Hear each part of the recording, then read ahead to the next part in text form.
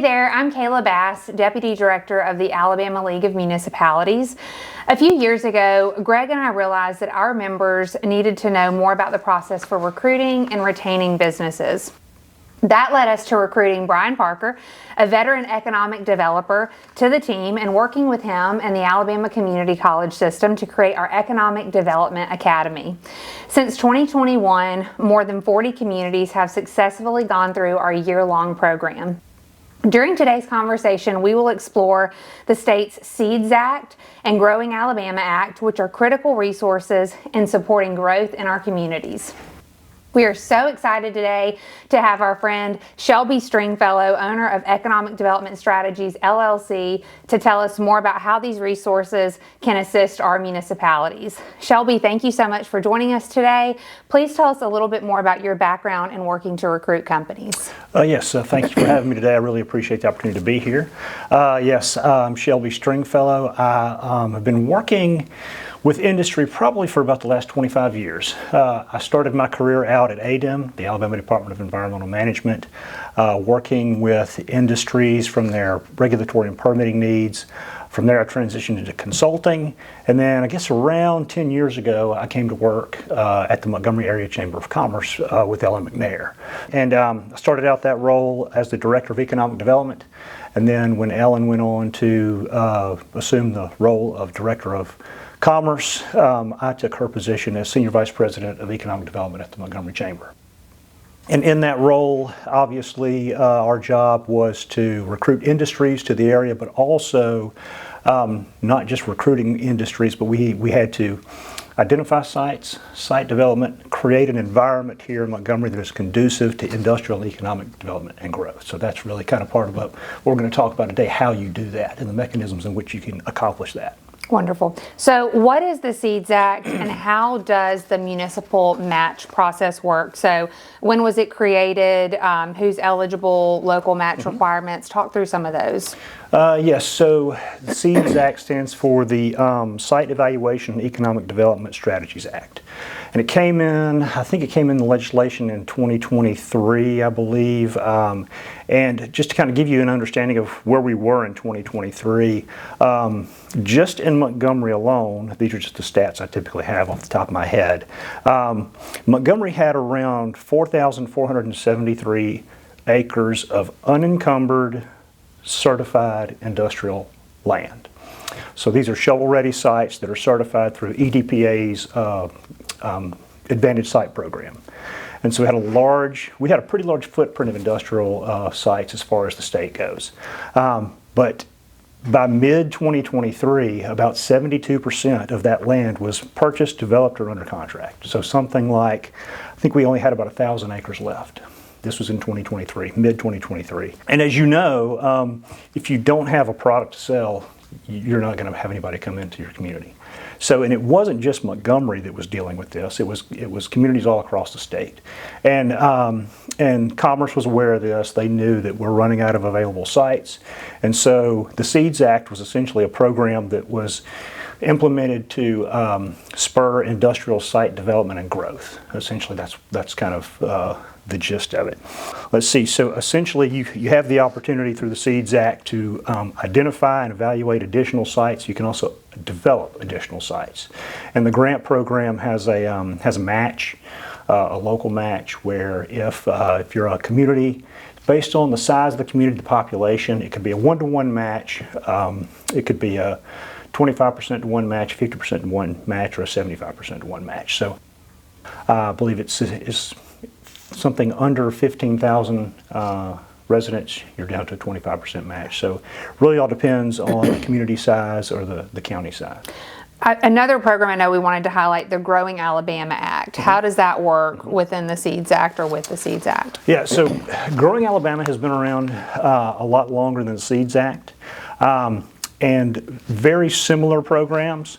Growing Alabama allows you to make infrastructure and site development and improvements, whereas the SEEDS Act allows you to do site assessment, site improvement, development, but it also allows you to purchase property under the SEEDS Act. Growing Alabama does not allow you to purchase property. And so the two programs, the SEEDS Act is a grant program administered through the state where you actually get state funds awarded to you through the grant process, and you have to have a self-funded match at the local level. Growing Alabama, on the other hand, is a tax credit program. So the local community or the applicant who is applying for a tax credit award through Growing Alabama has to recruit donors to fund their program. And eligible donors are any state tax liability from either a personal tax liability or a company's tax liability. So you could have, I believe it's your state income tax, your financial institutions excise tax, insurance premium tax, and utility tax. So any donor can donate up to 50% of their state tax liability per year to a project. And they can carry that tax credit forward for up to 5 years.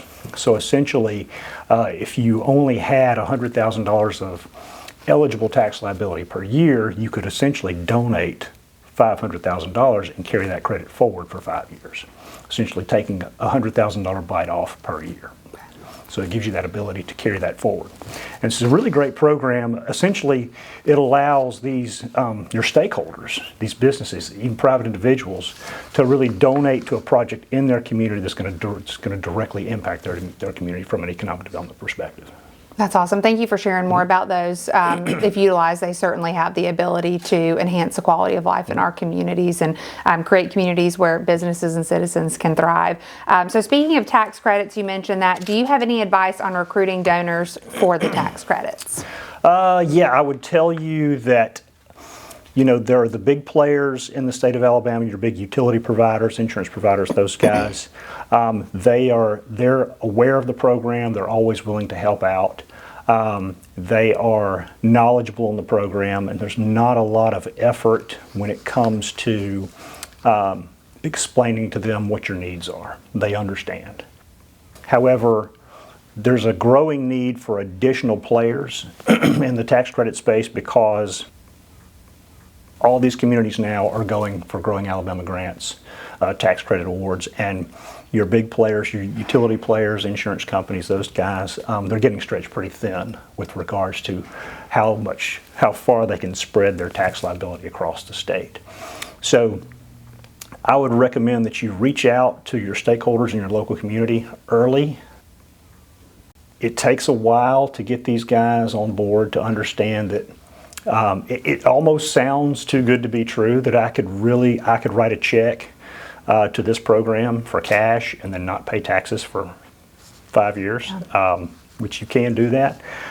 So even if you find the right people in an organization, say the president, the CFO or CEO, something like that, and you get them on board, it's going to take them a couple of months to figure out what their tax liability looks like, what they're comfortable donating for 1 year, let alone something that could carry over for 5 years, because some companies' tax liability is not going to stay the same for the next 5 years.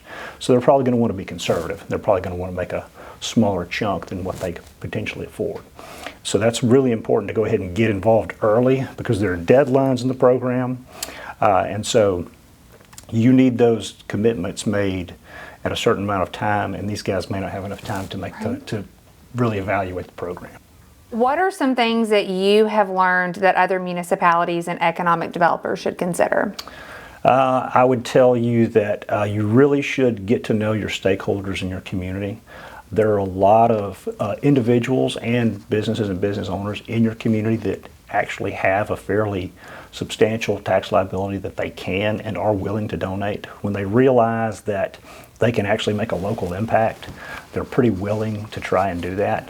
Just the lack of knowledge, I think, is the barrier right there.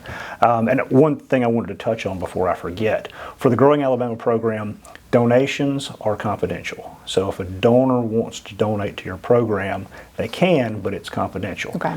Unless the donor decides to make their donation public. So that's something you need to communicate and discuss with your donor.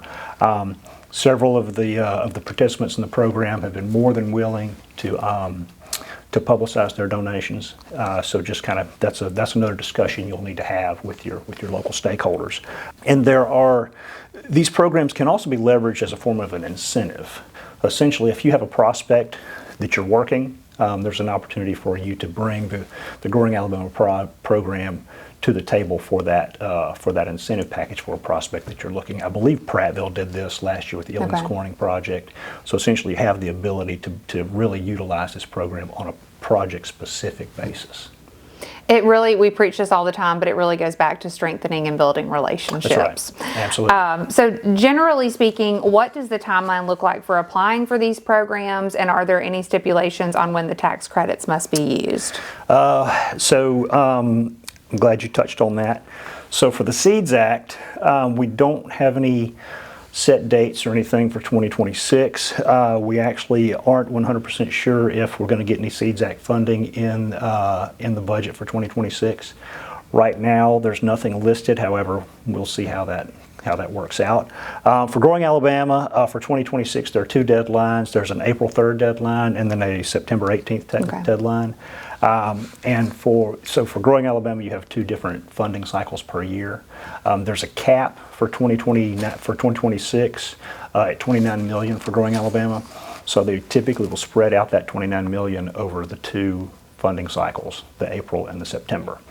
As far as the tax credit goes, for Growing Alabama, you have 5 years to carry that tax credit forward, and how that would work is essentially if you made a donation of $100,000, you have 5 years to assume that tax credit. If you do not use it all within the 5 years, you'll lose it. So essentially, whatever the difference is in what you donated and what you actually took credit for, that difference is what you would actually lose if you don't take it in the 5 years. As far as getting the funds spent, the SEEDS Act, the grant program where you get cash from the state, you have up to 2 years to spend that money for whatever it is you're using it for. Under Growing Alabama, there's a little more flexibility in how you spend that money, typically because that's an agreement between you and the donors. But you still have to, there's still commitments you have to make in both SEEDS Act and Growing Alabama program. For example, under SEEDS Act, you have to continue to market the site in a manner consistent with economic development.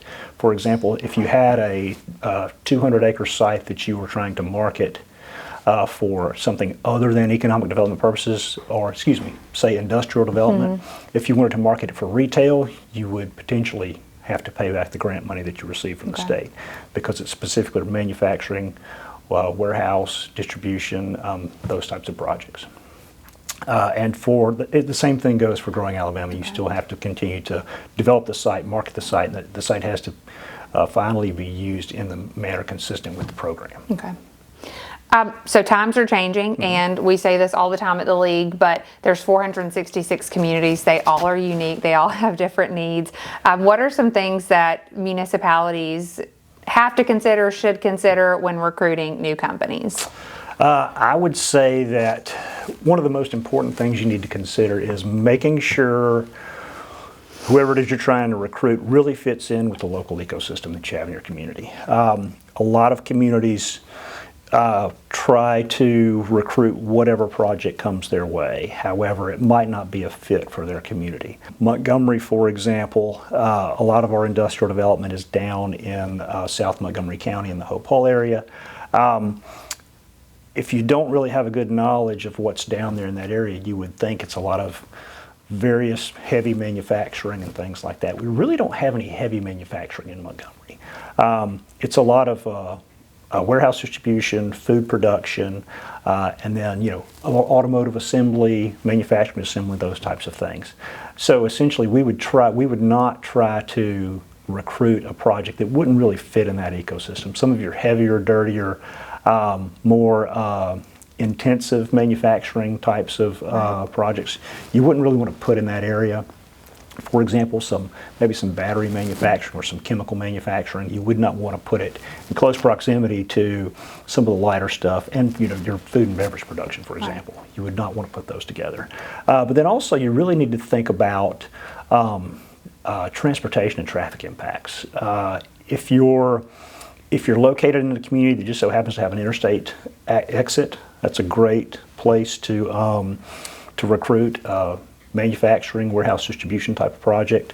However, if you've got a lot of your residential and community growth right at the exit, then you're going to be bringing that traffic through your community to get to the outskirts of town where a lot of these companies like to locate. So that's something you kind of want to be mindful of. For example, a Millbrook, would you want to bring a lot of heavy truck traffic right through downtown Millbrook in order to get out to the outskirts of town where you potentially want to have your community, your industrial recruitment located? Those are important things to think about. Also, things like you can take a look at your transportation data from the perspective of where your residents live versus where they work. Are your workers leaving your community to go to work? Or are they driving into your community to go to work? There are a lot of important things you need to consider when you're trying to figure out what direction to go with what you're trying to recruit and what your end goals are.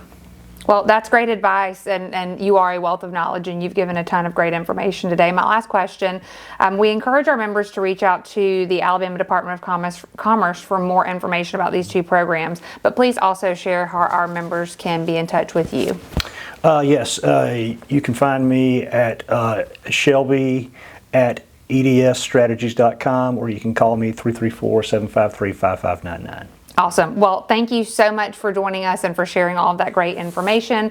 Our communications team is also working with the Alabama Department of Commerce on an educational article for our spring edition of the Alabama Municipal Journal to share even more information. In the meantime, please be aware of the deadlines that Shelby mentioned. More information is also available at Commerce's website, madeinalabama.com. Thank you so much.